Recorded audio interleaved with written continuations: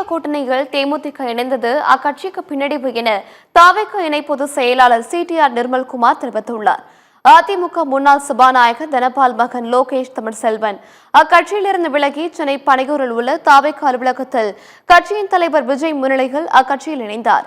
இது தொடர்பாக சென்னை ஆழ்வார்பேட்டையில் தவிக இணை பொதுச் செயலாளர் சிடிஆர் நிர்மல்குமார் செய்தியாளர்களை சந்தித்தார். அப்போது பேசிய அவர் சட்டமன்ற தேர்தலுக்காக முழு வீச்சில் தயாராகி வருவதாக குறிப்பிட்டார்.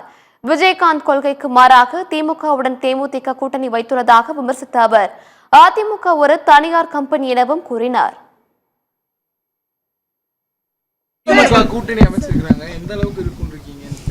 இல்ல அது கூட்டணினே நீங்க சொன்னாதான் தெரியுது. அதெல்லாம் வந்து பிரைவேட் லிமிடெட் கம்பெனி, தனி குடும்பத்தோடைய கம்பெனி.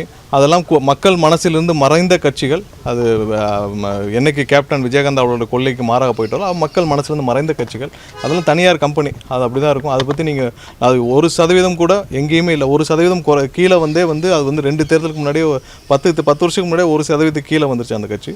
ஸோ அது ஒன்றும் பெருசாக நம்ம யாருக்கும் எந்த இம்பாக்டும் கிடையாது.